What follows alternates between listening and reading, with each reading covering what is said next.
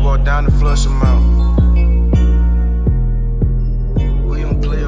Welcome to the Hearts of Men podcast, a journey into the depths of men's hearts where courage meets vulnerability and wisdom embraces integrity.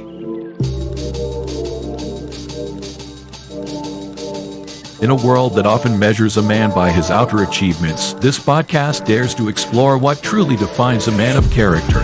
We unpack the challenges and triumphs that shape men's lives, bringing to light stories of resilience, compassion, and unshakable faith.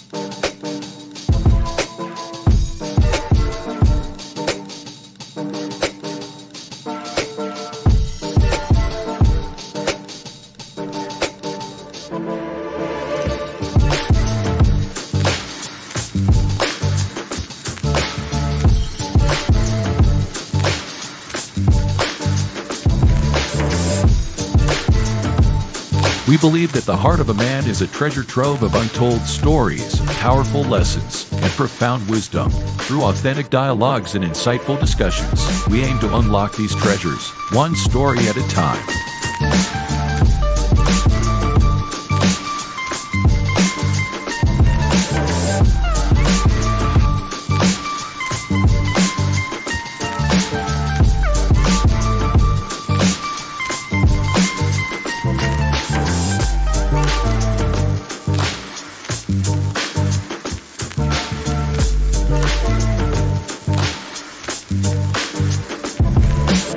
So, whether you're seeking guidance, inspiration, or simply a moment of reflection, you're in the right place. Get ready to be challenged, inspired, and transformed.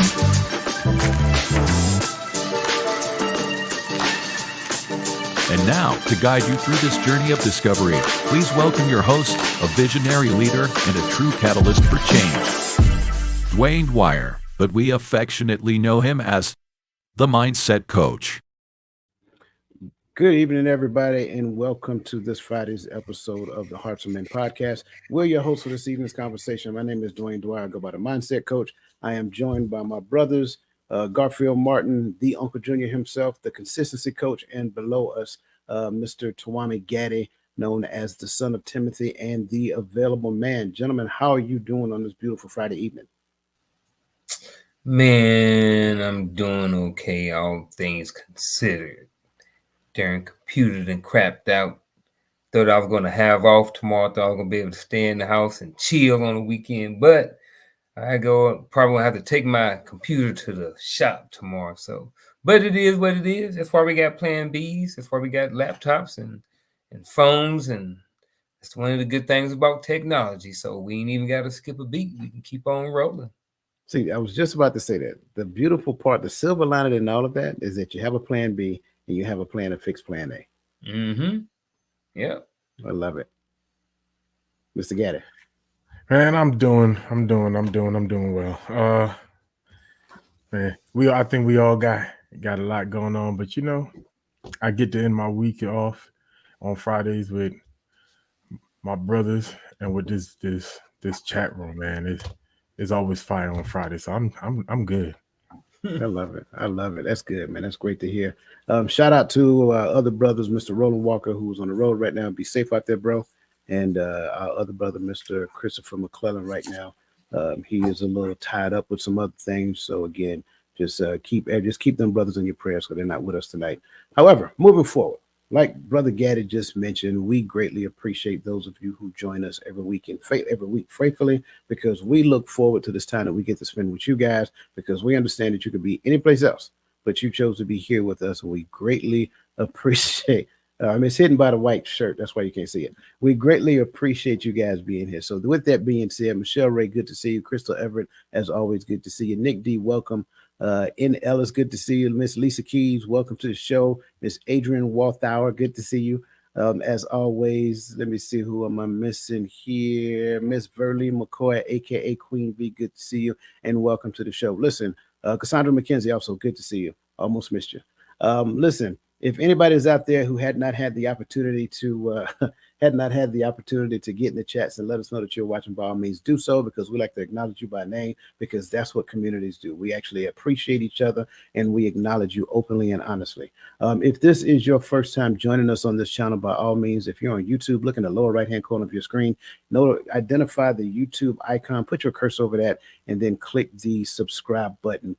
Not only just click the subscribe button, but make sure that you also click on the notification drop down, not just the bell. Hit the drop down by the bell, right? And select all. That way you know every time we go live on this channel, because it is about to crank up. Also, if you're not a part of the community yet, go to www.totalmindsetshift.com and become a part of the Total Mindset Shift community, where we share insights, motivational messages, and things of that nature. And periodically, I like to do trivia questions and so forth and so on, and give stuff away. So that's it, man. Let's dive into this right now. First and foremost, before I get started, because I always seem to forget, this is the Empowering Perspective community. So all perspectives matter. So it doesn't matter what your opinion is, whether it's right, wrong, and different, right? We welcome all perspectives. That said, I always want to make sure that we empower the chats, because the chats are a great focal point for these conversations, and we appreciate the insights that you provide. Our show manager will be dropping information in the chats. Those informations will go along with the conversation that we had. By all means, answer the questions. We'll bring your questions to the stage. If you have a question, I think you guys already know by now, I derail a whole conversation just to make sure that we answer the question. So again, if you have questions, this is the place to ask, because again, we believe that everybody is entitled to their own perspective, and we value all perspective. That's why we consider ourselves to be the subject matter experts of our own perspectives. Whew. That said, let's get this party started. Hey, can I say something? Sure. I want to plug the chat. Like, I want to say that, from running the podcast before and just being over here on Friday nights, I don't think sometimes the chat understands how valuable they can be to the conversation. Like, and how we learn things from you guys as well. It's like sometimes you can put a question in that chat and it can, like you said, we'll derail a whole show for that question. And I think that that's important, because at the end of the day, we're all here, co-start this platform so we could, and invited us so we can be, to help you guys out, or to be able to add value to you guys. So, if you got questions or comments or something, feel free to put those things in the chat, because like I said, that's what we're here for. Like, we're here to serve you guys. We're Absolutely. here to have a conversation, talk about things that we have learned in our past and stuff, and see how it can be of value to whoever else is watching this show. So by all means, please, shout out to the chat. Keep the questions coming. We love them. Absolutely. Spoken no better. I couldn't have said that better myself, man. Shout out to the consistency coach. All right, let's get this party started. Have you ever felt like you're on a never-ending treadmill in your personal growth journey, running tirelessly, but somehow still feel stuck in the same spot? You're not alone. Many of us grapple with this feeling, searching for that elusive catalyst that will propel us forward, closer to our goals and dreams. In today's video, we're diving into a powerful, often overlooked factor that can dramatically turbocharge your personal growth journey: the right community. Yes, the people you surround yourself with can make all the difference, from providing accountability and mentorship to celebrating your successes and offering support through challenges. The right community doesn't just accompany you on your journey, they become an integral part of your growth story. But how exactly does this work? And more importantly, how can you find or create such a community for yourself? Whether you're seeking to deepen your personal development, aiming for new heights in your career, or simply searching for spiritual growth, this video is for you. We'll explore the transformative power of community through practical tips, real-life examples, and insights that will not only inspire you, but also equip you with the tools to actively engage in a community that uplifts and propels everyone towards their aspirations. So if you're ready to break free from that treadmill and soar towards your goals with the support of a like-minded community, stay tuned. This might just be a game changer that you've been waiting for.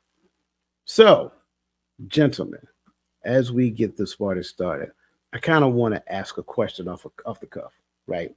Community. We hear it all the time. Community here, community there. People use terms family, whatever. What does all this mean? What does that mean to you?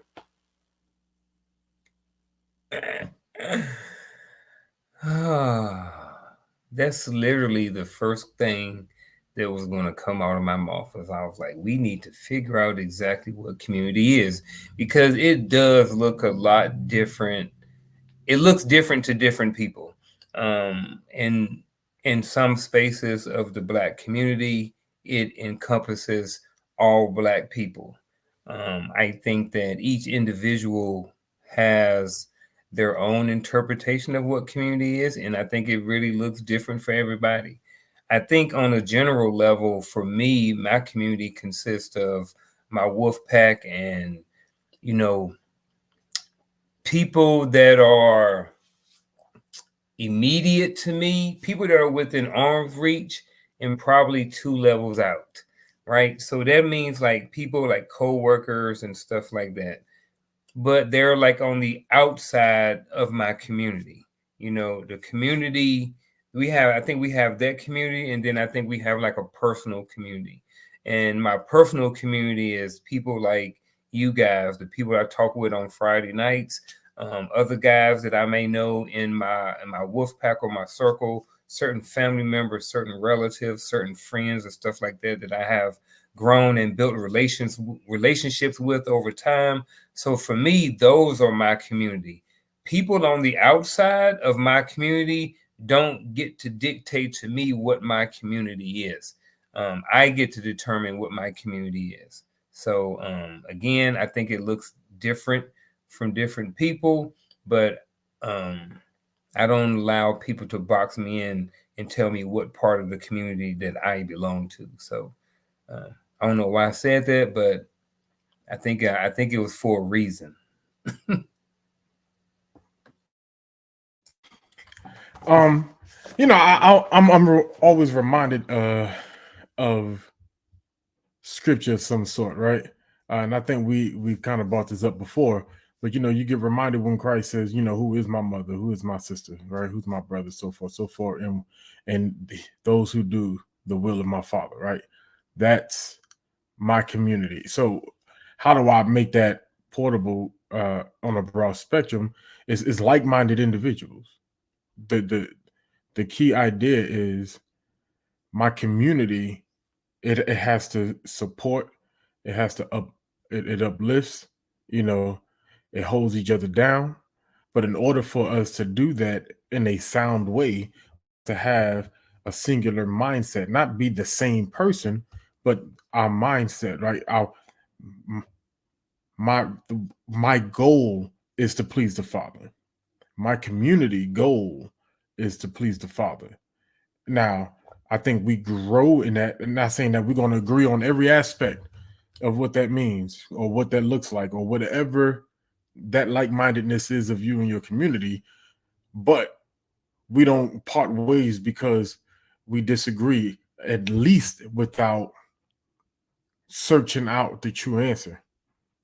Because I believe, just like Proverbs 18 says, that it's a fool who argues without hearing the whole of a matter, right? So we got to really decipher what we are saying and what we are doing, so we know that we're walking the same path.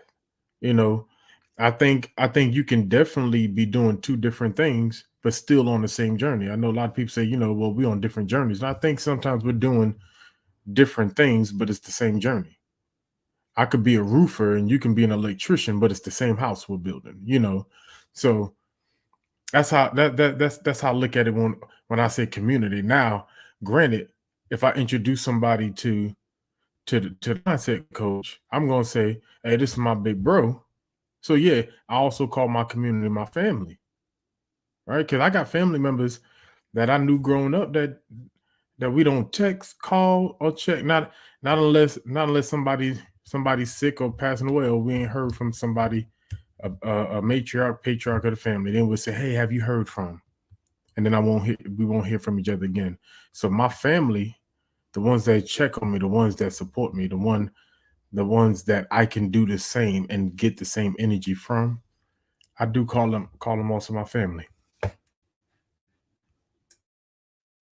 I like what I'm hearing. Of course, I got to dig a little deeper. We just can't let that stay out there as is. Garfield, if I can sum up what I heard you say, bro, it sounded like your response was more so of a proximity thing. Am I correct by saying that? Like those within close proximity of you? Yeah, pretty much those within close proximity, but I think that we have a close community, and then I think we have an extended family. We got cousins and third cousins, fourth cousins, and great uncles and stuff like this. I think Yeah. kind of the same thing to where there's a community that we just kind of part of just by like working along people. Like when we were in the military, we was in the platoon, we just kind of was in that community. You Yeah. know what I mean? So kind of like an extended community. So yeah, a lot of mine is has to do with proximity, and proximity as in relationships, Yeah. not necessarily distance on a map. So I'm glad you said that, Parker. That's exactly where I was going. You said proximity as in relationships. Now, how do you define that within the scope of determining which relationship is, we cool, I speak, right? But I keep you at a distance, or you keep yourself at a distance, really. That's how I like to describe it. Or we have a relationship and now you're closer to me. How do we define that in your words, in your opinion? The I'm ones that curious. add value and the ones that don't. Like on a simple terms, it's really like that. You know what I mean? At 48, I don't have a bunch of time to be wasting on a bunch of riffraff and he said this and she said that. Like I ain't got time for that. If that's what our relationship is about, if the only time that we talk, we're talking about who said this and who did what, and it's a bunch of negative energy, then those are still people, maybe family or maybe relatives, still maybe part of my community, but they only get a limited amount of time. So I still may have some of these people around in my community and still may spend time with these people, but it's on a very limited scale in comparison to the people that I have in my life who actually add the value. So that's what I think. I like that. I like that. I really do, and I agree with you 100%. Gaddy, I'm a transition to you because you mentioned like-minded people, and one of the things that you say that we may be on the same journey, but we might be doing different things. And the example that you gave, which I love so much, is that you might be an electrician, and I might be a roofer. Now, here's the thing, because I kind of know a little bit about that, right? So here's the thing I want to inject: the electrician and the roofer know exactly when to do their job. In fact, one of them can't do their job without the other. And so everything has to be done. So in essence, it could look like I'm doing the individual thing that's within my skill set, but it also is a thing to where we're working together for the greater good. So when you say like-minded individual, can you kind of define like clean, like not that you left it messy, but I want you to kind of define that a little more. Like what do you mean when you say like-minded? So what I'm saying like-minded, right? So that can be broad, that can be narrow scope, but in a broad scope, right? I can say like-minded because I work construction as a roofer or an engineer or an Mhm. electrician. Doesn't mean my like-minded group are full of electricians or construction workers, but it's goal-oriented people. I'm a father. I care about my family. And so my like-minded group of men are men who are family-oriented mindset of people. Like what we bring to the table does not cause dysfunction in the other's life. Like when and people can agree or disagree, for whatever reasons, but when people make the statement like, I don't think, you know, married men should have unmarried male friends, right? Whether you agree or disagree, but the purpose some people believe that is because the unmarried friend wants to go out and party, wants to go out and do this, wants to go hang out with the girl. I had a homeboy when I was younger. Every time I saw him, he was like, "Yo, what up, Gaddy? Yo, with a 304s." And I used to be like, "You talking about?" All right. But that was his mindset as a single dude, you know. And now granted, we was both single, but me being married, if he rolled up to me and say, where they at? And I look back at him like, hey, my wife would be looking at me like they where? So now there's a dysfunction caused on my side because there's and not saying that all single friends will ruin your marriage. So I don't necessarily agree wholeheartedly with that narrative. But the point is, our like-mindedness means that we're goal oriented. You get people who are about money. They're around other investors. This one may invest in real estate, and this one may invest in natural resources, but they're goal oriented. They're in investment, and that's what I mean on a narrow and on a broader scope. If I cleaned it up well enough. Okay, no. You cleaned it up. That was just it. No, I greatly appreciate that. I'm agreeing with you. I think everything should be done within reason. But I'm very adamant about defining the scope of my community because at some point you need to understand who, like Uncle Junior said, is adding value. And I think from and I'm still trust me, be patient with me. I'm still writing this book on boundaries. But as boundaries exist, right, people will either be within alignment or they will not. That's it. It's not that you make them do it or anything of that nature. Like their behavior will tell you what they're doing and what they're working on. And that's okay. I still love them in whatever scope that they choose to do within their life. But then by that same token, those other people will actually show up running the race that is parallel to the race that you're running. And I think what we can see is that, hey, we can collaborate together, we can work together, we can build together, right? It doesn't take away from what you're doing. It's just that whatever I'm doing and what you're doing, they're actually feeding into one another. I think the same thing applies to all types of relationship.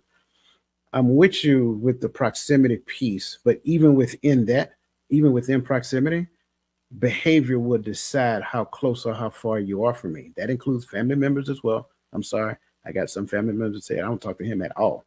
Right. It's not because I dislike him. It's not even because I don't love him. I love them dearly. But their behavior say, hey, I need some space from you. And I'm like, okay, that's fine. Because one thing I will not do is I will not compromise, the thing that I agreed to. And that thing that I agreed to, those people who are in close proximity to me, those people who are in my community, those people who are the family within the family, those people hold me accountable for that thing. So they know the agreement that I made. They know what my life is all about. And those would be the ones that be like using Gaddy example, like, hey man, you better not respond. Don't do it. Don't do it. You see what I'm saying? That's what family, that's what community is all about. But it's not just assisting each other on sticking to the thing that we agreed to. It is also empowering one another, more so empowering than anything. Because if we're doing this thing right, there's not a whole lot of guardrails that I need because I have boundaries. So with that being said, it's more so of empowering one another. How can I help? What can I do to help you get here? So forth and so on. And to me, that's what defines community. And again, I don't have to make a person do anything. You shouldn't have to make anybody do anything. Periodically you may have to ask a question, but it's only you're asking the question, not necessarily for them to give you a definitive answer, even though an answer is, needed, right? But it's more so to kind of jog their memory. Say, hey, you might be falling back into something that you used to do before you made that agreement in your life, right? So I'm asking you this question more so for you than it is for me. So I think that's what community is. Community is an environment to where we uplift one another, we edify and uplift one another, right? And so within the scope of edification and uplifting, what ends up happening is that we build and we continue to build. And then it becomes infectious, and then other people want to join. And then as more people join, we bring them in as though they've been a part the whole time, because they still got to feel the community out. They got to go through the stages of team development. They got to go through the forming, forming, storming, norming, and performance stages of, norming and performance stages of team development, so that they can find where they fit in, so that they can add value. And the people who are part of the community, who have been a part of the community for a long time, you welcome them in with open arms and you make their transitions easy. Really sounds like a job, doesn't it? Like a supervisor or a leader on the job, because that's really what they do when it comes down to their organization as well. And that's how we get to the point to where people that we work with, they can actually be a part of our communities as well, because they realize that, hey, you got there's something about you I think I want to stay connected to. So that's just my takes on it. And gentlemen, I love your perspectives as it pertains. Any other things you want to add before I kind of dive into the chat and grab some of the statements that are made over there? Nope. All right. Very well. Let me see. Let's start with, okay, there we go. I believe it means taking the good with everything else that comes with family, the ebbs and flow of community. Yeah, I think that's true. I do believe that there are disagreements that happen within it, but I think that disagreements can be good, because at the end of the day, that's where growth can be found. A lot of times we got to realize that disagreements happen because of some type of selfishness on both parties, right? Everybody want their perspective to be right, not necessarily seeking for understanding. But if we can change our perspectives to focusing on understanding as opposed to the desire to be right, then the ebbs and flow won't be that long. We spend more time in the ups than we do in the downs. So thank you for that. Community and family is a group of people that encourage and chastise me in the areas that I need. Absolutely, I agree. Let's see. Yeah, let's do like two more. Community to me is a group of people from all circles of life coming together to strengthen others to achieve the goal of success. Absolutely. And remember, success look different to different people. So my metric of success may not necessarily be Garfield's metric of success, and Garfield's may not necessarily be Gaddis. So at the end of the day, it's important that we articulate what that looks like. A lot of times, within the community, you have those people who just live life day by day and just take it as it is. And sometimes, it's important for us to say, hey, man, like, what do you want to do? Like, what's important to you? Is, what I'm saying? And that way now I can see where I can fit in and where I can help. So I think that's important. Community are individuals of relation or non-relation that have a commonality. However, they can have different perspectives while sharing differences with affection and care. Absolutely. Absolutely. I agree. All great points. And I appreciate you guys sharing that. So that being said, we're going to kind of dive into the first section. And the first section is all about community responsibility and accountability. One of my favorite sections, by the way, just so that you guys know. Okay. So the first question I want to ask everybody: how would you articulate the difference between community responsibility and community accountability? The difference between responsibility and accountability in the community. But Gaddy, I think you can go first. I think Garfield went first the last time. Yeah, he did. Man, I was hoping he sparked. So not that I don't know what I want to say, is how I want to. So responsibility and accountability can be intertwined, right? Depending on where we're at in the conversation, right? Now, when I'm talking about what my responsibilities are and being accountable in it, in the community, is is not, to me, it don't always have to be two different things, but it's two different things. Like, my responsibility can be the role that I play, right? If my role in this community is, I'm that guy. Matter of fact, I got a perfect example. When we get on Sundays, we know that one person got a responsibility in the group on TikTok, and that's the voice of reasons. If you come on Sundays, you know who we're talking about. And her responsibility is to make sure it stays in the word every time. But the accountability piece is actually showing up. That's the accountability, right? The accountability piece is being that person, uh or feeding that person that you are. If the person I am is the person to bring everything back to the scripture, then I got to know scripture. I have to be in, because I have to have something to give so that I can meet the responsibility. And that's how I view it. I know I scoped it down to to to to Miss Voice of Reason, but that's how I view the whole scope of accountability and responsibility.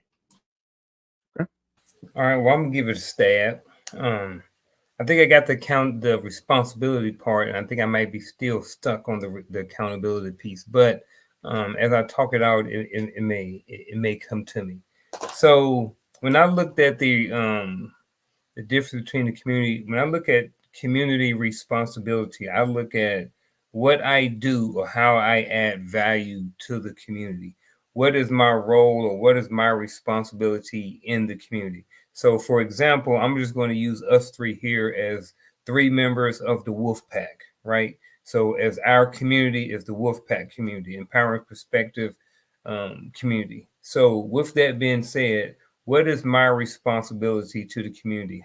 It could be, for right now, it is whatever coach, since this is his platform, is what he started. It is his vision. It's whatever he has deemed me responsible for.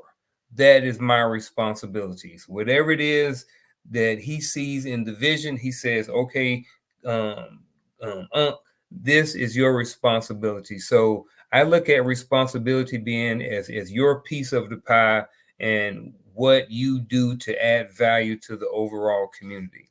I'm still working on the accountability piece, but I think that has something to do with me and my performance and how I am as a person. You know what I mean? That's what I'm looking at. Am I a bad example to the community? So that's kind of how I'm looking at it right now. I may be a little off. I haven't fully thought it out, but I think I understand the responsibility piece. Yeah, I wouldn't say you're off at all. I kind of, you know how we like to do. We like to take things back to the army.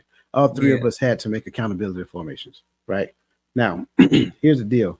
There was some responsibility for me that I had to take in order to ensure that I was in accountability formation. I had to get out of bed. I had to make sure I was in the right uniform. I had to make sure that I was there a certain amount of time prior so that those people who needed to lay eyes on me seen me. That was my responsibility. The accountability piece was to the organization because they had to send people like Gaddy to purse that. Gaddy had to have the purse set by a certain time every morning. So accountability formation took place at this time. So by this time, they can meet their deadline. So I liken it to, um, yeah, you need a mention, bro. I liken it to the idea of first and foremost, the community responsibility is what I actually do in the community, right? What I actually do for the community. Like if I'm the dude that cleans the church ground, then my responsibility is to make sure that I'm cutting the grass and doing all those things. I'm keeping the church ground. I'm managing the church grounds. That's my responsibility. However, the accountability piece is to the church and the people of the church. So everybody that goes to the church benefit off of the work that I actually do. So responsibility leads to accountability. In my personal life, I have to take responsibility for what I've been charged to do. I can't expect somebody to come in and swoop in and rescue me based upon the mess that I made. It's my job to clean up my own mess. Now, when my brothers come in at, they hold me accountable. Hey man, listen, you said you was gonna do this. You said you was gonna write that book. We've been talking about that book now for a couple of weeks, couple of months, really, to be honest with you. Where you at? What chapter you want? You know what I'm saying? If you don't mind, I want to see your rough draft. You see what I'm saying? That's what accountability is all about, because accountability leads to a larger picture, right? Responsibility is all the things that we do within the scope.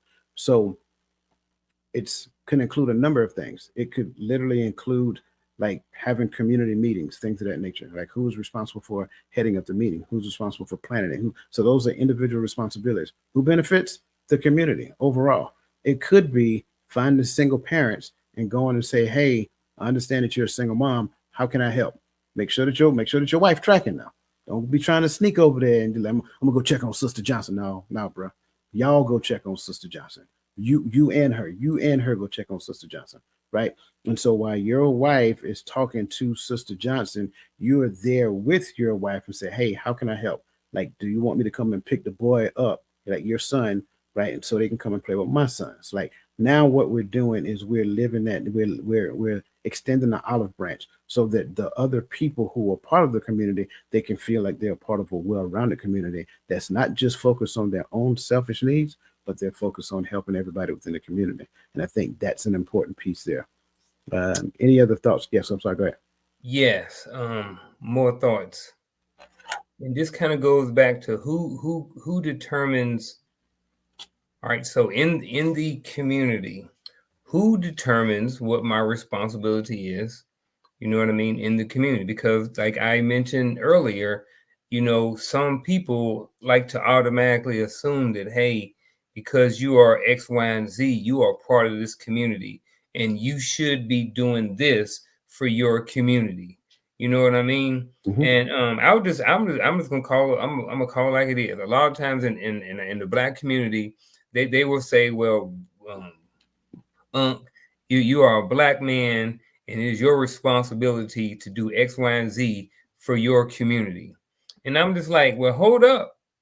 Who said that I was part of that community? You know what I mean? You don't get to dictate to me what community I decide to be a part of. Now, it is what it is. You know what I mean? I get to determine which community I decide to be a part of. But, how does that work when it comes down to, what my responsibility is in the community that other people may make me a part of? That's actually a really good question, because for me, so I think like with us, I think we've organically built like a small community, a band of brothers, right? Between the five of us that gets on. Is it five of us? Yeah, I think it's five of us. And the reality is, nature organically assigned the roles in this community. Roland is the petty one with the props, or the funny one with the props. Uh, Coach is the very sensible minded one, the one that keeps us together, keep us flowing. And this is his podcast, right? Chris is the passionate one, right? I I think I'm just the young one, to be honest with you. But it's like I think when we try to What about force me? You gonna things, leave me out? I mean, don't know what my I'm like. bad, I don't know what I'm my is. bad, You the my consistent bad. one. You the You the consistent. I'm about to say you the There you consistent go. brother. That's the best brother in the room, the one that's always consistent, man. Um, my bad. I didn't mean to leave y'all, but we have organically, I think, bonded together, and we play our role, right? I think it can get rough if coach was like, all right, so I need you to really present this type of stuff when we have these and now is it organic? You know, is it really where I fit, or is it what someone think that we need for the community? And I think a lot of times people inside of a community believe that they have the answer on what we need. So the next person that comes in this community, you're going to do that. But if he don't fit that mold, he or she don't fit that mold, then why are we forcing something? Let's get to That's why relationship building to me is the first part of building a community. I know you. As I get to know you, I understand the value you bring. And sometimes it's the thing that you just do naturally. And so that's who you are. You the unk that we bring the kids to hang around, because we know you're gonna keep. Hey, y'all go play outside. I don't even know your real name. That's the bad thing about it. Uh, But it's like people. You know how many times people have told me, "Hey, you're a black man, and what you should be doing is you should be mentoring kids." Like, I don't know how many times I have heard that. Right now, to keep it real, I'm an elementary school counselor. So for a lot of the people who are talking about giving back, ain't always giving back. I'm doing it every day. You know what I'm saying? So I'm giving back to my community every single day. I'm trying to impart and trying to help and support. But the thing about it is that, who are they to say what I should be doing? You know what I mean? Just because I look the part don't mean that I'm the right person that should be mentoring kids. You know what I mean? So I think we got to be careful about automatically just putting everybody into a box and saying that, hey, because you look like you're a part of this community, that you should be giving back. Everybody don't need to be giving back, and that's just facts. Some people don't got nothing to give back, and that's not being mean, or it is what it is. But I think that we in our community, we need to be a lot more careful, not a lot more, maybe put a little bit more thought into exactly who we actually want imparting and being responsible for certain things inside of the community. Because everybody don't need to be mentoring kids just because they look a certain way. and I think that was, to me, that's one of the points for me. I think we always mess up because we need mentors, every man in our community, we want to put that on their shoulder. On every man. And we put that weight on them, and unfortunately things happen when you put the wrong people around your kids, and it's not always the worst thing you could think of, but it can be, right? And so because of that, because I'm making every man feel like he needs to be there, then when do we cipher out who actually has the passion for it, who actually is a good role model, who actually don't have bad intentions? This is I'm sorry. No, my bad. No, you good. This is why I like that question. Because at the end of the day, this is what I really do believe. And Gad, I think you hit the nail on the head when you said, Coach, if Coach start assigning people work and things of that nature, it'll be a little uncomfortable. I absolutely agree with that. I think for the most part, what should happen is that you should be a willing participant in the community. Like, this is why I talk about, like, you be a part of the community. Don't be a fly on the wall. Like, how can I help? Like, I keep going back to New Amsterdam because I think that's the best approach that we can all take. Like, how can I help? It's the same thing within the scope of relationship, husband and wife relationship, right? You don't go in there and dictate to your wife what to do. The wife don't go in there and dictate to the husband what to do. No, you actually do the things that you do based upon the skills and values and all of that stuff that you bring to the relationship, and you do it without necessarily being instructed to do it. And I think that's the difference. So whatever you bring to the community, allow that gift within you to be for the community. After all, that's why you got the gift. I think it is a mark of self-centeredness when we say, hey, I'm going to keep it to myself, and then I'm just going to sit back and let y'all do the work, and I'm just going to receive the benefit from it because I'm in the community, right? So that self-centered behavior in most cases really is really revealing, if you will. But at the end of the day, do you kick them out of the community or whatever the case may be? Because, y'all ain't out here picking up trash with everybody else. Y'all sitting in the house watching TV, getting fat, dumb, and happy, getting your Instacart groceries delivered. And we got a whole community project going on here. So what's happening? What's going on? So I think that exists a lot of time.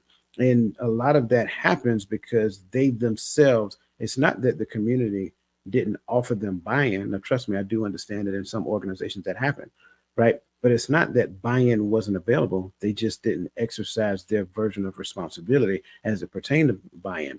Relationship is a symbiotic deal. It's not just me extending the olive branch to you. You have to accept it as well.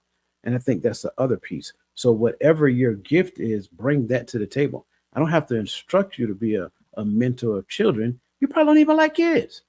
You see what I'm saying? So that's the other side to it. Like, you may not, and I'm being serious. Like, I'm going to the extreme with not liking kids, but let's be honest. Everybody don't have the patience to work with kids. Everybody don't have the patience to work with adults. So at the end of the day, we really got to understand what it is we're asking to do. It may look, the brother may dress good. The brother may be very articulate. The brother may drive good. But at the end of the day, you don't know if he was called to children. And so I think if you allow the person to allow their gifts to shine within the community, not only will they be better fitted for the community, but those people that they're called to in the community, all of them will benefit from it. So I really like that question, bro. Thank you for that. Looks like we got another question up there from Lisa Keys. There we go. Does a community have or issue roles within it? Yeah, I think I just answered that. So I think if we issue roles, it'll be disingenuous, right? But if we allow our gifts to select the roles that we take on, because let's be honest, some of us, whoever is heading the community, they may not have even thought about the thing that you bring to the table. Then you can suggest that and say, hey, I can do this. You'll be like, okay, cool, do that. Let's see how that works out, right? And then it's not a shot. It's like, let's welcome that to the table because that may be exactly what we need. So great questions all around, and I appreciate you guys. Okay. How can a community establish a culture of accountability that encourages personal growth without fostering a sense of judgment or, the most important part to me, competition?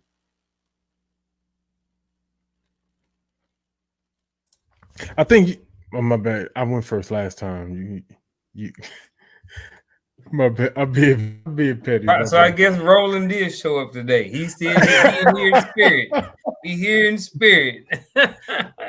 He took over. Man, it take me a second to digest the question.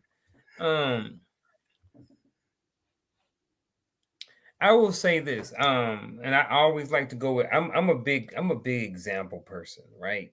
I'm a firm believer in following good examples and being good examples. You guys have on many occasions talked about the good book. You know what I mean, and about who a lot of that book was about, and how that example. You know what I'm saying? So it's like that. Like if you want to establish a culture of accountability that encourages personal growth, then the people in the community need to be examples. Like we was talking about all these different roles that everybody was doing within the community, right? So if your role is to do A and B, then do your role good. You know what I mean? Be a man of dignity, of standing, or whatever, or woman, or whoever may be part of that community. Do your part and be good at doing your part. Like you don't have to do it for everybody. You don't have to do everything. But I think for me, at the end of the day, man, just be the example. I mean, being an example can go so far. I think we learn a lot more from the examples and how people behave more so than the words that come out of their face. And that's another whole conversation for another whole day. So I ain't even going to go there. I think I think Coach kind of hit it ending out the last point, really. When you allow people to just feel the need, the where they are led to feel the need, right? There's nothing wrong with saying, hey, we need mentors in our community. And so, people will soul search, I believe, and really look and see if that's something that they can be. Even if I'm not the best, can I at least be one until the right one show up? Can I at least be present, be a male figure in a community where we lack male figures, just until the right mentor show up? I think that's okay. And even and doing that, I might grow there, and I might actually be a better mentor than I think I am, and I might actually grow there. And I think that personal growth goes there, because when you take on responsibility and you recognize accountability. So since we're talking about when you recognize uh, your accountability, you tend to grow there. But then when you say how can we establish that culture, I I think what we have to do in our community, we have to stop minimizing people because of their role in the community. You know, when I was growing up, and this may not be the best example, but when I was growing up, the dude on the corner with the 40, the old man over there drinking and playing dominoes on the corner, he was a vital part of the community. All the kids knew you could not go down the block and act up because Mr. Johnson was going to snatch you up, drunk or not, and drag you right back down the block to your parents. Like he had a role. And what we have done, we've minimized his role. Now, maybe we don't want him drinking, but him sitting on that stoop kept us out of a lot of trouble. And so I think when we begin to minimize others and not actually, let's lift up everyone. Let's lift up every role that someone is playing or filling. Let's show them that we value their availability and their consistency in what they do. And I think people will grow. They will want to grow. They will want to be better. They will want to be present. They will want to do what they do for the community, even more than they did when they volunteered. That's how I look at it. But I think the judgment and competition comes up sometimes because we create this culture that one is bigger than the other.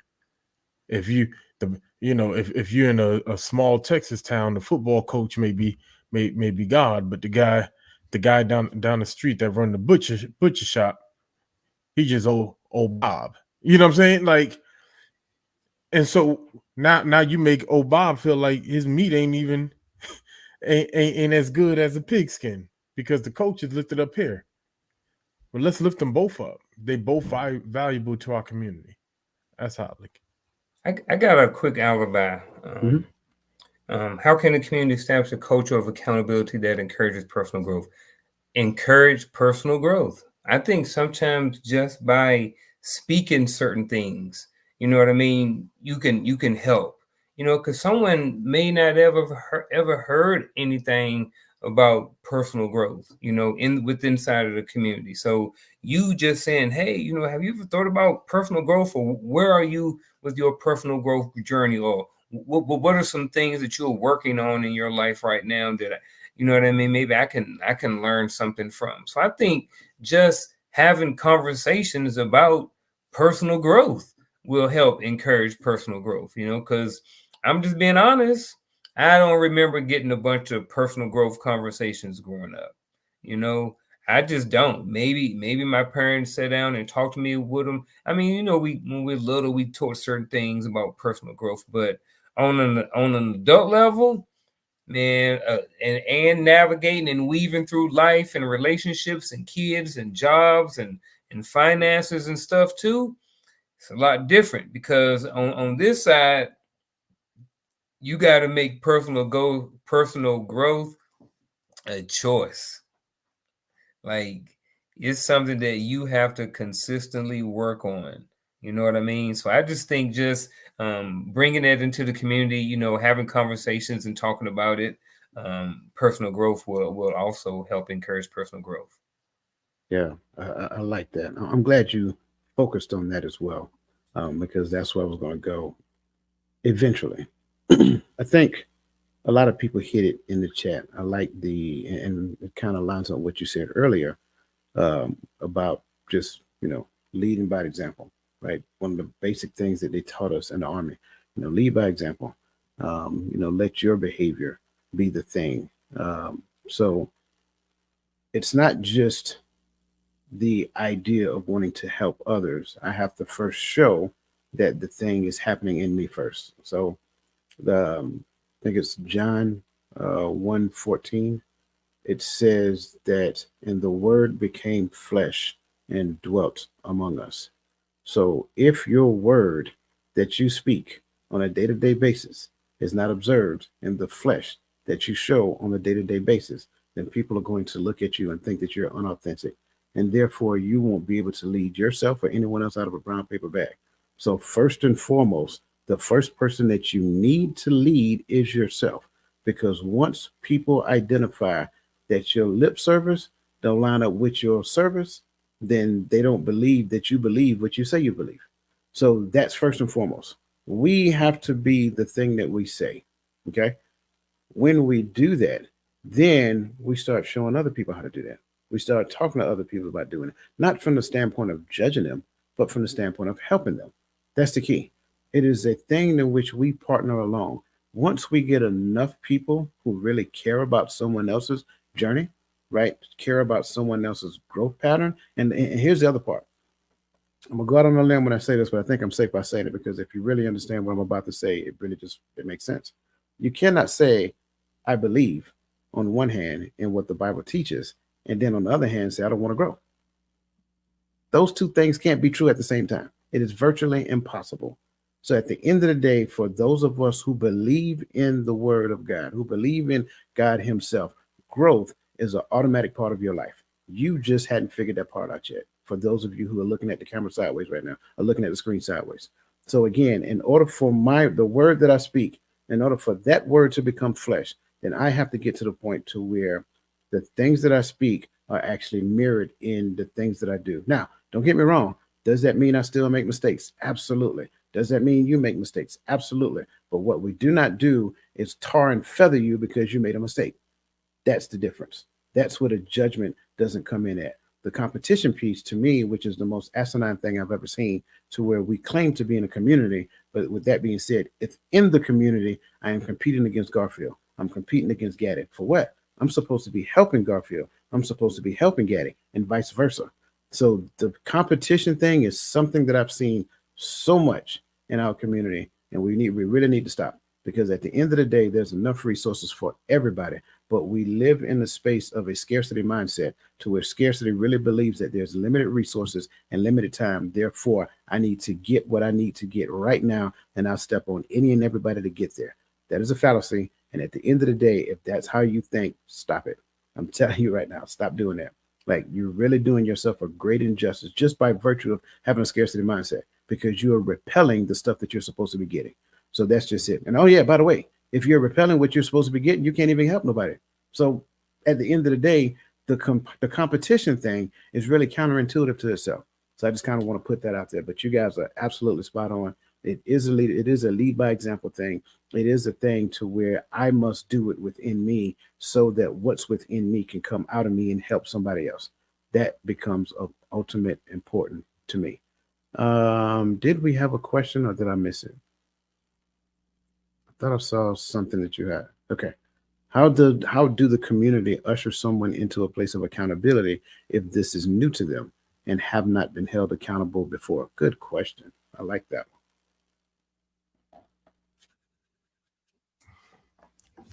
I think you gotta, and I'm speaking as men, right? You gotta be a brother, right? Especially if there's a group, right? So, and I'm telling you, some men might push back, but if I find me a group like these, if I just came into this circle, and it was a day when I first came into the circle, right? And these brothers already have their groove, they already have their relationships, they already have their bonds, and I'm coming in trying to find where I align, right? Being a brother is saying, hey, this ain't flying with what we're doing. This ain't how we move. This ain't what we do over here. You know, a good brother is gonna feel that energy and understand. And now, by habit of being, because right now I might not have found my responsibility in this circle, in this community yet. I'm just trying to be present. What happened is organically by having brothers who are keeping you accountable while still being a good brother. I think sometimes we get to a place where we're so busy holding people accountable, we forget how to be relational. And you can't be a drill sergeant to everybody you see. Oh, we don't do this. Oh, don't do that. You gotta act like, some folk went through that when they got in church. It was all it, instead of becoming relational, so you can help teach them and grow them and show them the way. Some people became their drill sergeant.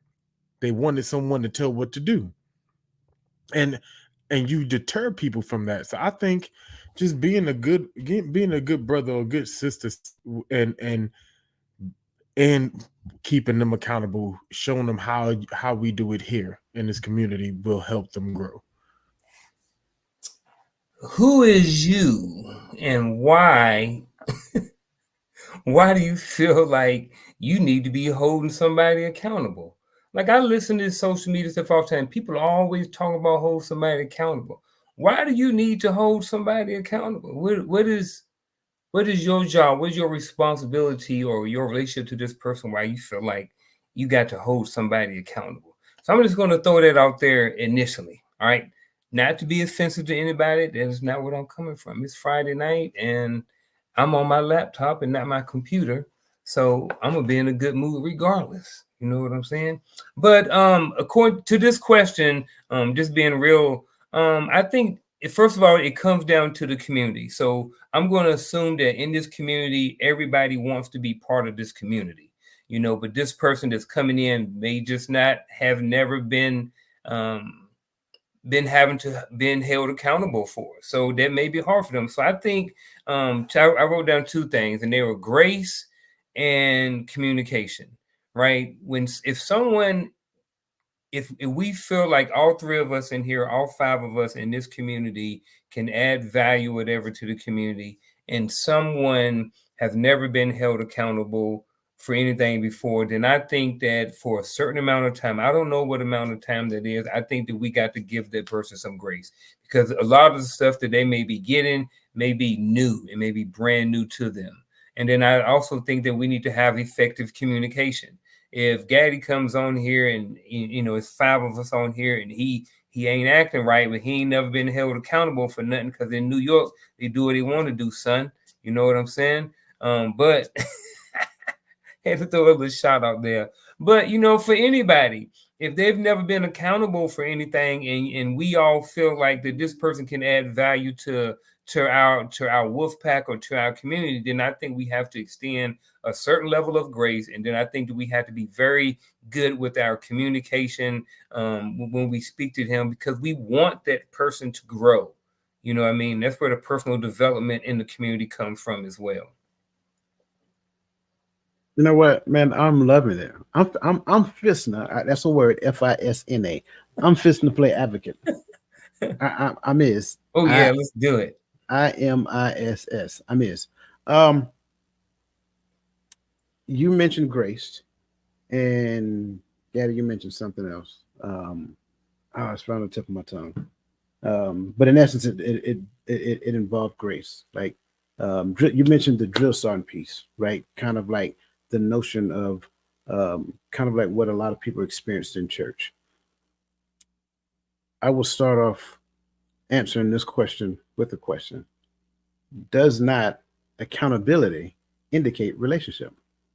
Because this is the thing. I am not accountable to anyone that I'm not in a relationship with. So if that's the case, under the umbrella of grace is a whole bunch of instructions. And at the end of the day, if you cannot receive instructions under grace, then you're going to receive instructions outside of grace. And those instructions outside of grace is going to be a whole lot more harder and rougher than the instructions inside of grace. So if you can't receive instructions in grace, which by virtue is laced in love, right? Even if it don't feel good, it can be good, right? It's just based upon, in most cases, your perception of what it is you're receiving. Maybe you were a child that never got chastised growing up. So now when somebody tells you a thing, it automatically feels to me like you're judging me. And if you're judging me, but man, so good. Thank you. So you know what? You are so good. You know who I'm talking to. If you are judging me, now my perception of you is different, because I think that you're talking about me as a person and not necessarily the thing that I actually did. So in essence, when it comes down to it, my perception of judgment, even though the judgment is actually right, because it is addressing the thing that I did, it's not addressing the character, even though the thing that I did came from my character, but I'm addressing the thing that you did. So if you can't receive correction, that actually speaks more to you than it does to the person who is giving the correction. Now, the correction can't be laced in malice. I want to say it. It can't be laced in malice. It can't have a whole bunch of adjectives, adverbs, and superlatives. That would be drill sergeant-esque, right?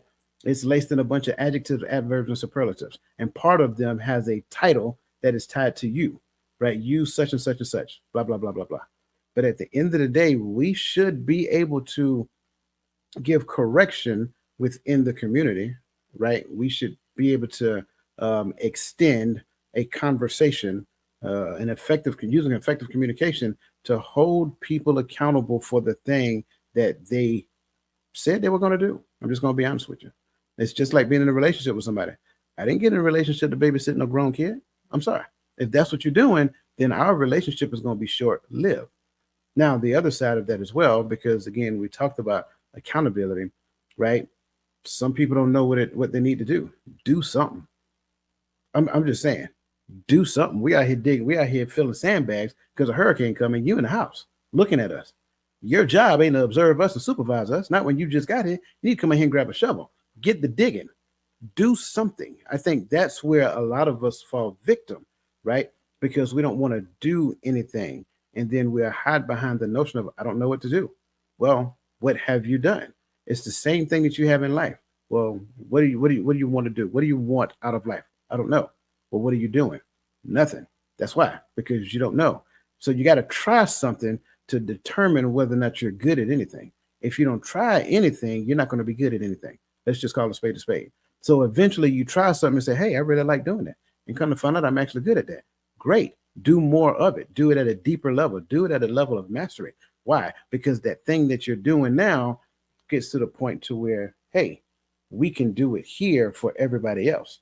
So if you're I don't know, we kind of talked about a number of different things here, but if you're a counselor, Godfrey, I'm gonna talk about you, bro. I'm sorry. Right. Your profession transitions greatly.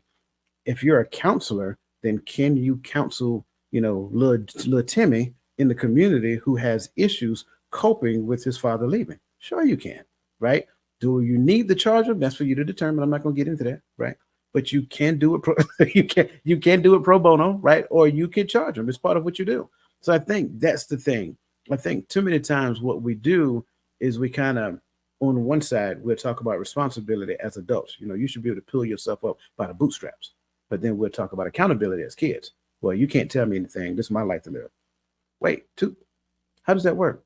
So I can be responsible and I can exercise responsibility. But then we talk about relationship. And so if you don't be responsible, then I can't talk to you about being responsible. That doesn't add up. That's not a relationship at all. That is a disjointed connection. It is an unbalanced relationship. That's really what it is. So one person will reap all the benefits of the doing of another person, and then this person's just gonna keep doing and keep doing and keep doing and keep doing, and this person's just gonna keep taking and keep taking and keep taking, and then they're gonna get to the point to where you're gonna realize that, hey, this person is entitled, because that's all they're doing. If you paid attention to what I said, it really sounded familiar, because that's what a lot of people believe relationships are today. The man is supposed to do, the woman just received, or the woman is supposed to do, the man just received. No, we both do and we both receive, and we do it joyfully as unto the Lord. There's the answer. So at the end of the day, if I'm not doing anything, I am actually violating commandments. So what you get, so it all goes back to the same. It just keeps coming around full circle, full circle. Husbands, love your wives like Christ loved the church. Christ loved the church. Wives, submit to your own husbands. So it's all keeps coming back around to the same thing. And if we miss that, then what we'll do is we'll conflate what the word says with what the world says, and say, hey, on this conversation, what the world said is right. Hey, on this conversation, what the word said is right. No, the word has to always be right. We don't get to turn it on and turn it off when we get ready to. So that's me playing advocate. Any thoughts, comments, responses, rebuttals? I said I was gonna hold my tongue, but since you opened the door back up, because this the fact that the word judgment has become like a cuss word in a sense, it irks my nerve. Because we read a whole passage of Matthew 7, and we only focus on a couple of words in a verse. Judge not that ye be not judged. Oh, if you judge me, you're gonna be judged. Don't you judge me. Only God can judge me. Not lies. No, you're not that even we will judge the angels. I'm sorry. But we have to, like, when he says, judge not that ye be not judged, for what measure ye judge, ye shall be judged also. Ye shall meet also. All right. Take the mote out of thine own eyes. Then you can see clear enough to take the beam out of your brother's eye. Like, the whole conversation is about, it's not about not judging, because without judgment there's no accountability. And I know we like to change the word and make softer, more gentle words for the word judgment, right? But there could be no accountability if I never judge a matter that is wrong. If no one ever calls it out, right? You're not condemning them to hell right now. This needs to be cleaned up, or the community is going to go left. Fathers, we need you back in the home, or the community is going to die. That is judgment, but it's true. But guess what? The problem we see with these arguments is that men are shooting shots at women, what they need to fix, but the mote is still in their eyes. Women throwing shots at men that they need to fix, but the mote is still in their eyes. And so no one's looking at themselves to fix, because I'm looking at you shoot a shot with a mote in your eye. So I'm not worried about me, because to me, I look better than you. And so there's no accountability without judgment. Let's take the lie out of it that judgment is a sin and only God can judge me. Save that for somebody else. If you are of the righteousness of the Most High, you will even judge angels. All right, that's scripture. So we can't go from that to saying we can't judge a matter. But let's be right. Let's be accountable in our own thing first. And then, because I think Coach brought it up when Unc brought it up. You're a coach too. That's why I be messing it up. Consistency club. Well, that's why Unc brought up earlier when he talked about leading by example.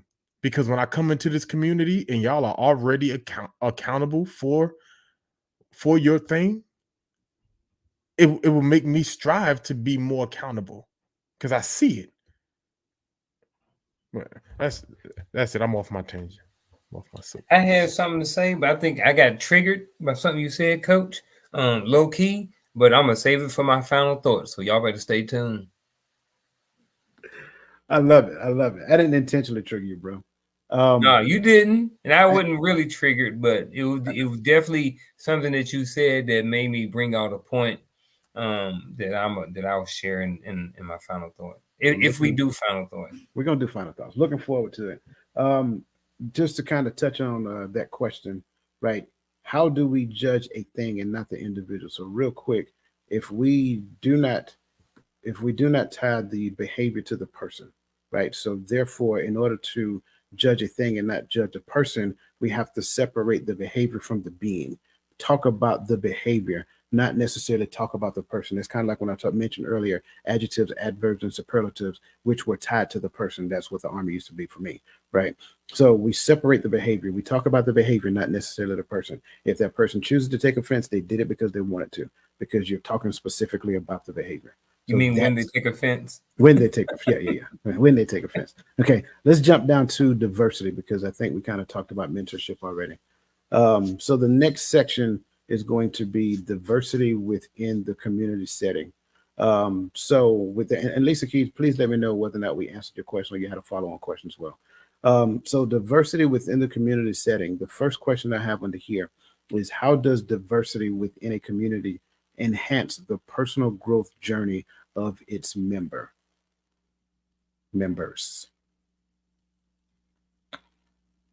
Then I forgot who going first. Man, I was supposed to go first, but I ain't gonna throw nobody under the bus. That wasn't the question that I was prepared for.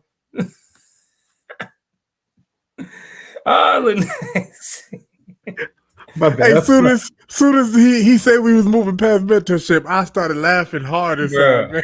I was ready. I had my other question. I was prepped. I was ready. I think I had a good one too. But you got this, man. You want me to go first? You want me to go first? You sure? Okay.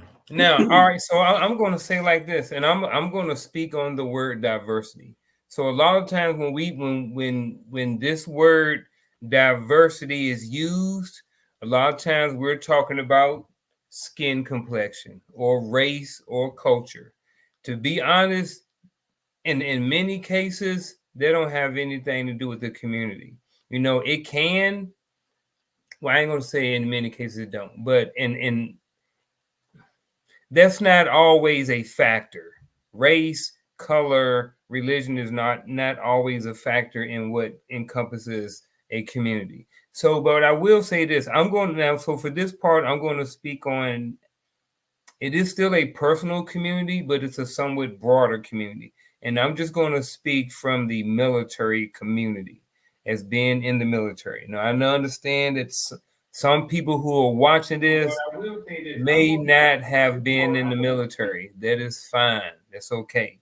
But look at it as like it's your job or your corporation or like in a warehouse or something like that, right? So in the military, we have different roles, we have different responsibilities. But one thing about the military is that if you look at all three of us right here, Coach is from one state, I'm from another state, Gaddy is from another state, Chris is from a different state, and I think Roland is from a different state. So all five of us are connected via the military or through someone in the military.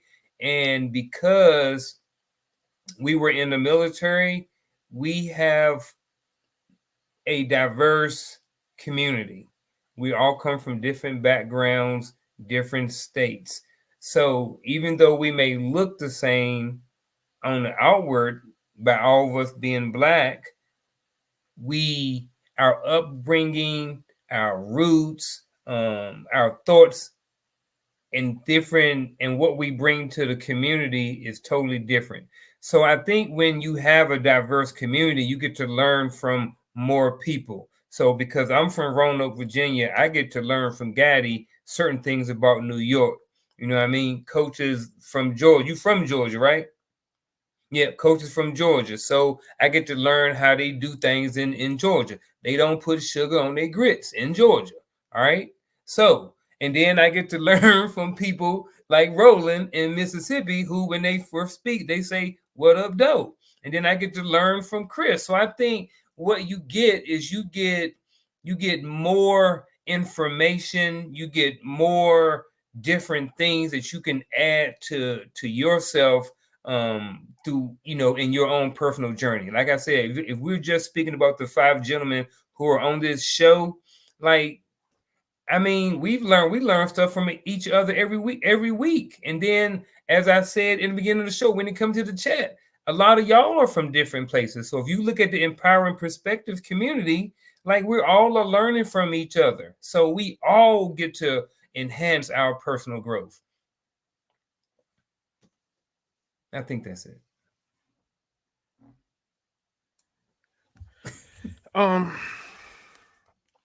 I think it's to me, it's in the question itself, diversity itself. I think when we try to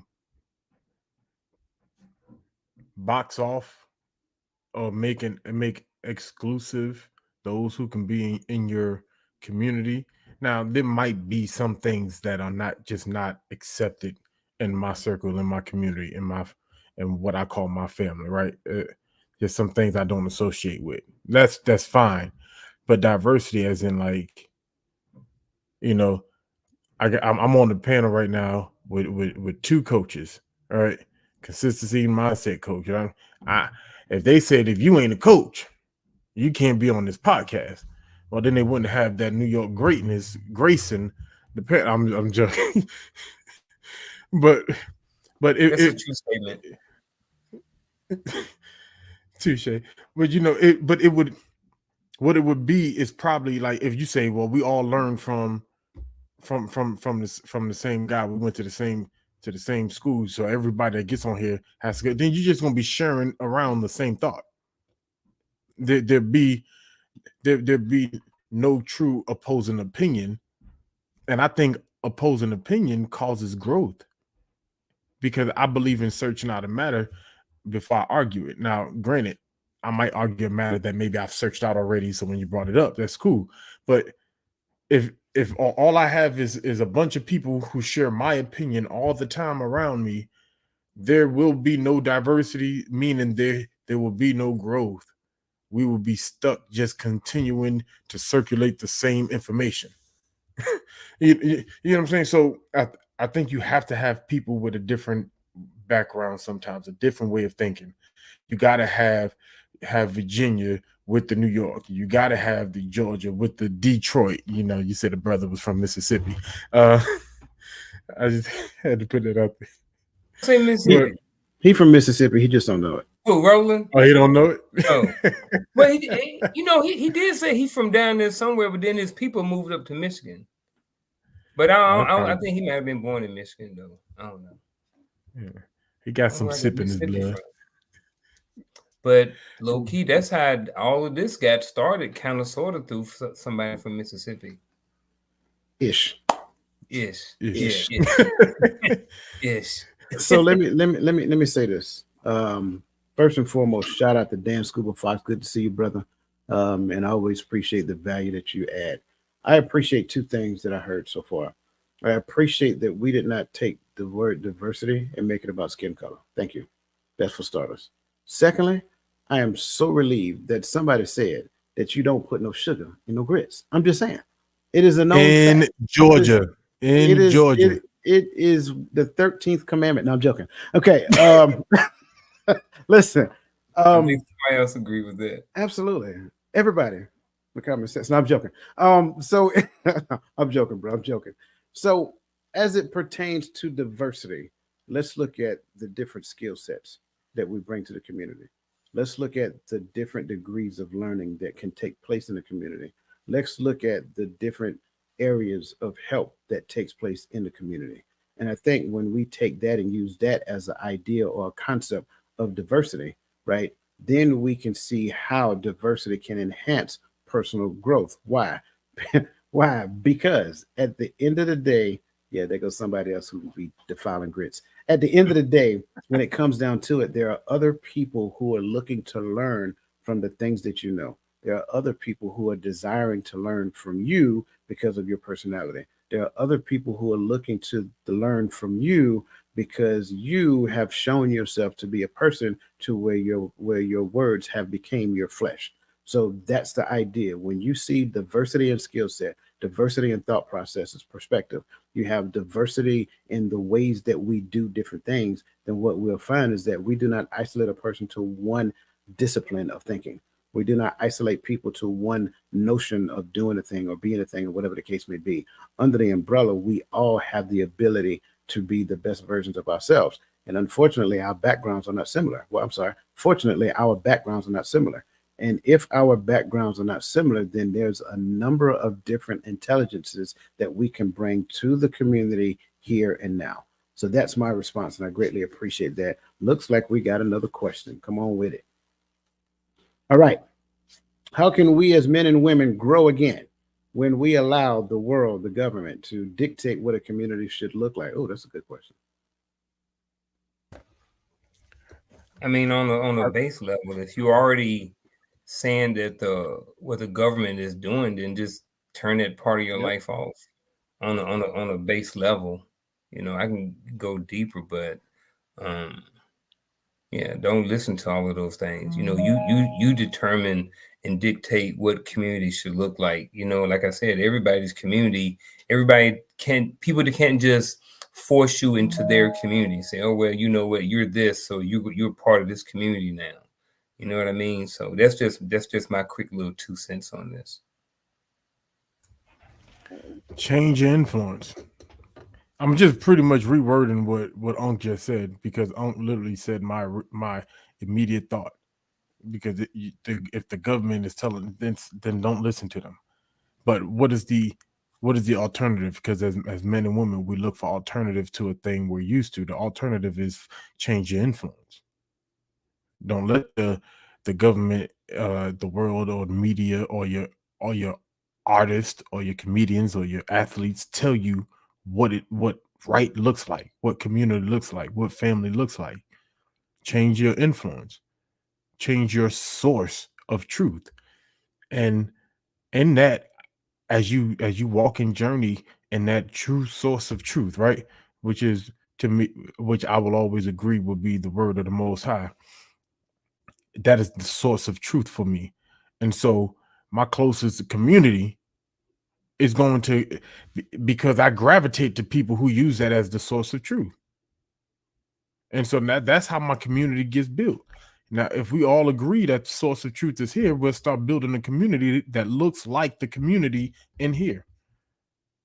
So that's my take. I like it. I like it. My answer is going to sound very similar to what you guys said and very similar to what you're seeing in the chat. I think Lisa said what I was thinking. And then Dan said what I was thinking as well. I don't watch the news. I'm not really concerned with what they got going on. My source of community comes from a different aspect. So at the end of the day, when it comes down to it, the government was never the source of me growing to start off with. It probably was the source of me getting some type of education because of a structured system that they had in play. But as I got older, I realized that there were some other things that I had to figure out. So as at the young age of 50, that's not what I look to for the sake of growing. I look to the things that we talked about previously. I focus on what the word says, not what the world says.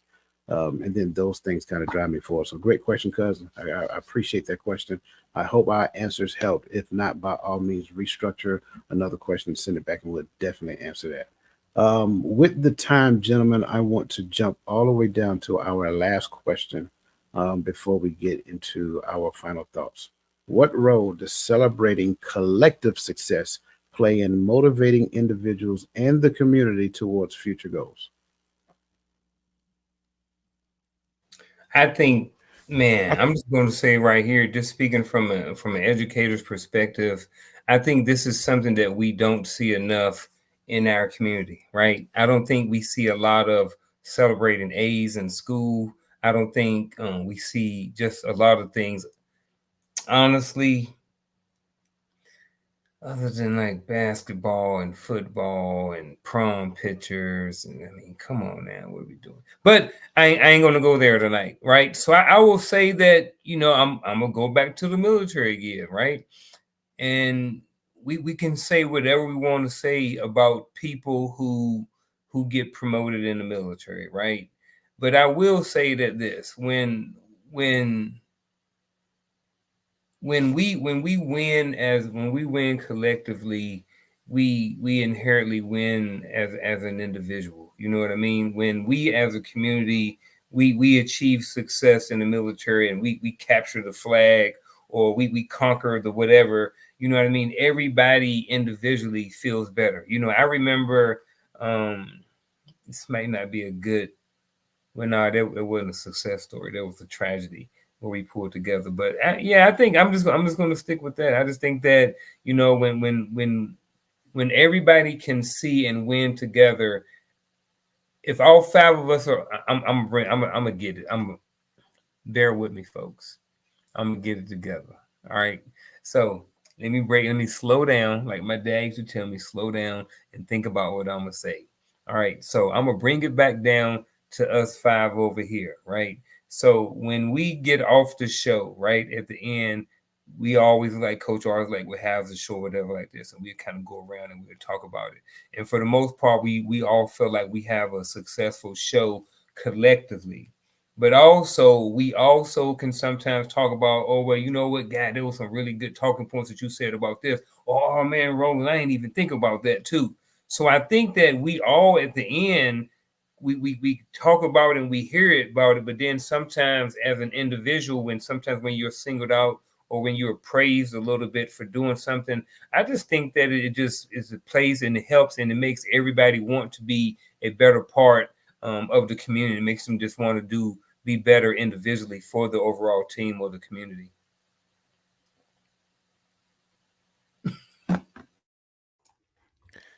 Yeah, I agree. I wanted I want to kind of flip my approach because I was thinking about something while Uncle was talking, because I remember growing up and I remember hearing a lot of people in our community talk about people who have made it out. We use the term, I hate that term for the record, but who have made it out of the community, uh, succeed, and they go, well, I don't really care about their success. Why do I need to celebrate the success? It doesn't benefit me. And as I grew up, I've continued to hear the narrative, well, they didn't get successful for you. Why do they got to get success for you? Why they got to be something for you to do it? Blah blah blah. Blah blah blah. Your kids can be successful. Your blah, and on and on and on. And the reality of the statement, even though it was made out of pain, I kind of understand where they come from. And this question really made me understand it. It's the idea, because once you make it out of the community, then your resources are now in somewhere else, in another community. What you do benefits somewhere else. So I think when we celebrate each other's successes, whether great or small, we celebrate them, we motivate them, we all play a part in helping them grow, helping them pick up the pieces. We will stop having this mindset. And I'm not saying we have to stay in the projects or in bad housing, right? But the idea that growth means I made it out of the community, means I'm no longer a part of the community, means that when I make success, there's nothing that comes back to the community. And I'm not saying I got to go and give all my money back to the block I grew up on, but I can create things that teach people, the young kids on the block, how to how to grow with me, how to succeed as well. We can bring information at the minimum, and so sometimes what happens when we celebrate successes within our community, we keep people connected. And therefore it breeds a culture for the next generation of success. That's my take again. I like it. I'm gonna try to keep mine very short and simple. I think success give work meaning. Um, and for the most part, if you really stop and think about it, it makes perfect sense. If I'm working on a thing, but I never achieve any level of success in the work that I'm doing, then I'm going to start questioning the work that I'm doing. When we're doing it on a group as a team, when the team wins, everybody on the team actually wins because the joint winning environment of the entire team, I said joint winning time. So the winning that is reflected on the entire team, right? Now we're looking at our part, my little part participated in the collective success that we achieved. So the success that we achieve as the team not only gives the team meaning, but my part that I played gave what I am doing meaning to the team. And I think that in turn kind of goes back to the notion of buy-in and the results of buy-in. It's just like being at work. When we are working as a team and the team is successful, we can reflect on what we've done, or we can go back and reflect on how we've done what we've done so we can continue to get better, so we can create a winning culture. And I think that's ultimately what it is. Dan kind of hit the nail on the head. So thank you, brother. Not like I had any doubts that he would, but we have these conversations all the time. So awesome. Great input. I love Lisa Key's input. And I love Michelle Ray's reflection to getting out of Chicago, the shy. Listen, we greatly appreciate you guys wherever you are. Again, hit the like button. Again, share this with somebody who can benefit from this moving forward. This kind of takes us, and I want to kind of say this first because I'm trying something new tonight. So we're gonna go. Oh, I'm gonna let you go last. No, I want you to go first because you say you had something that you want to bring out. So I want you to go first. Gaddy, you next, and I'll go after you. So with that being said, that brings us to our bittersweet moment.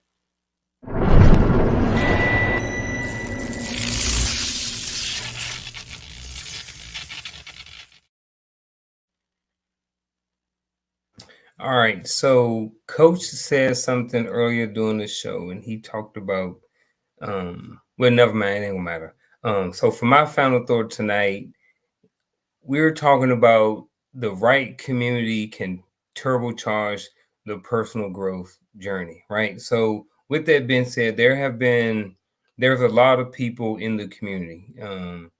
There are a lot of men, there are a lot of women, there are children, older people, young people. They come in all different shapes, sizes, forms, and all of those things. So what I would say is that everything in the community is not free. There are some people who have went out there, who have a lot of experience, who have worked hard.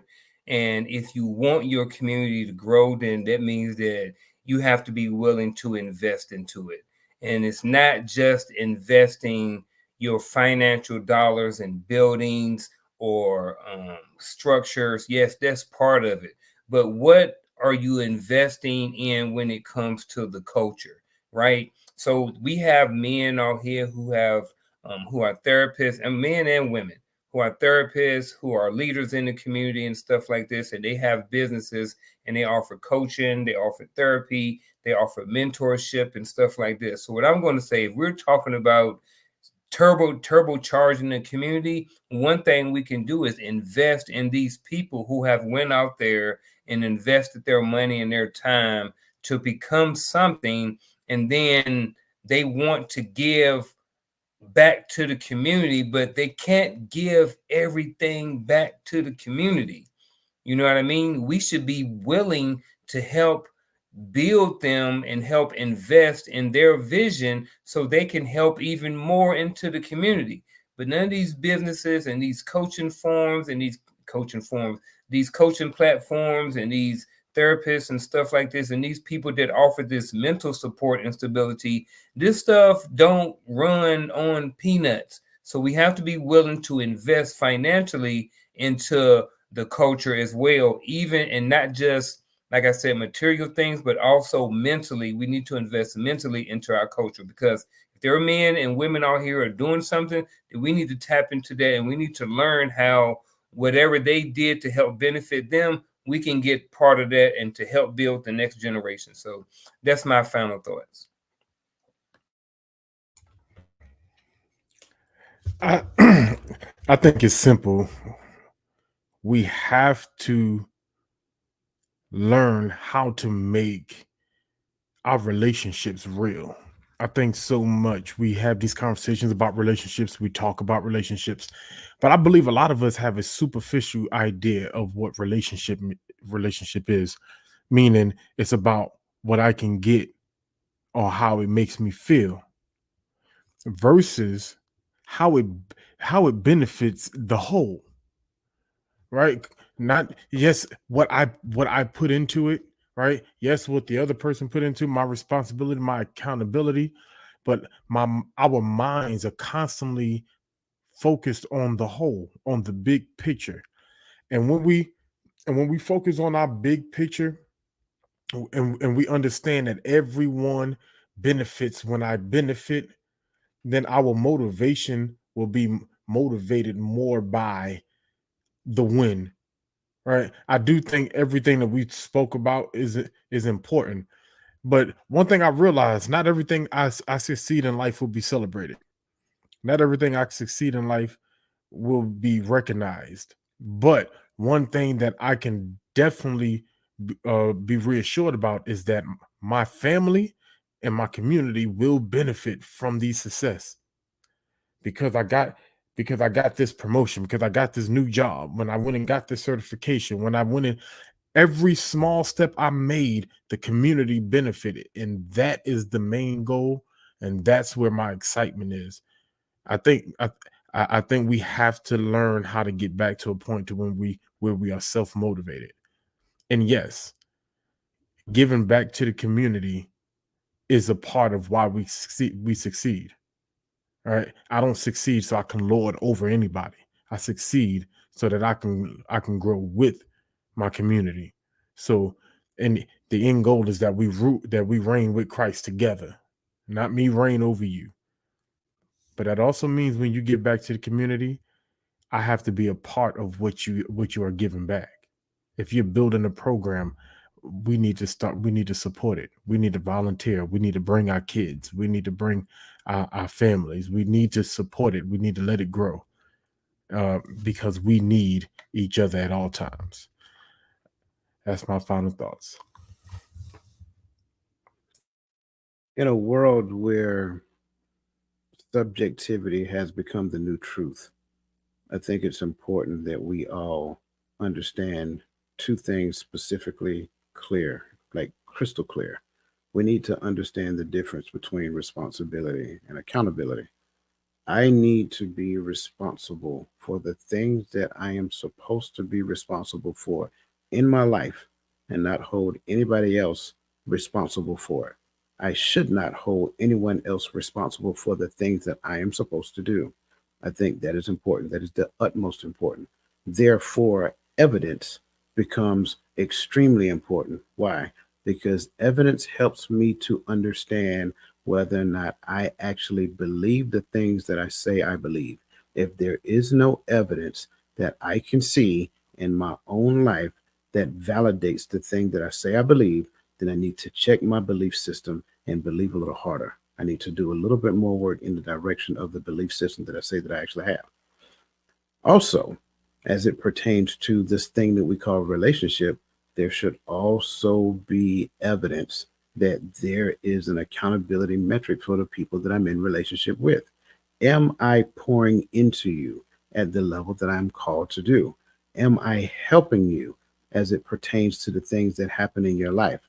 Am I there for you when you're going through a thing to where I will answer the phone and listen to what you got going on without judgment, especially if it is a very touching situation, with empathy, without the attachment that says that I need to do something? Because again, we tend to tip the scales at every possible choice in the direction in which is not healthy. So again, understanding the difference between responsibility and accountability will actually get us to the space to where we are an active participant. And I'm going to say that phrase again, that we are an active participant in the place that we call our community. If we are not an active participant in our community, then we are not in relationship with our community. We're only is existing in the community and saying that we're in relationship and hoping that everybody else is in relationship with us. It is no different than a bad relationship to where one person is entitled, expecting the other person just to do, and do more. And they just receive. Well, what is it that you're contributing? What is it that you're bringing to this relationship to uplift and edify the relationship in its entirety? Because the relationship is always the goal. And if we look at the relationship being the focus in the community, then how am I participating in community development? How am I participating in uplifting and edifying the community as a whole? How am I bringing my skill set, my values, and things of that nature to the community so that they can all thrive? And that, in my thoughts, is my final thoughts as it pertains to how the right community can turbocharge your personal growth journey. Listen, greatly appreciate you guys. I'm sorry we went over just a slight bit tonight. We appreciate you guys hanging in there with us. Again, this is financial literacy, National Financial Literacy Month. So again, we're going to kick off that tomorrow morning at 10:30. So I think you're going to definitely enjoy that. Also, as a gift for you joining us on YouTube, if you look at the top of the chat window, there is a free download for self-assessment. So again, I greatly appreciate that. We value you. We appreciate you guys. You guys in the chat, you're awesome.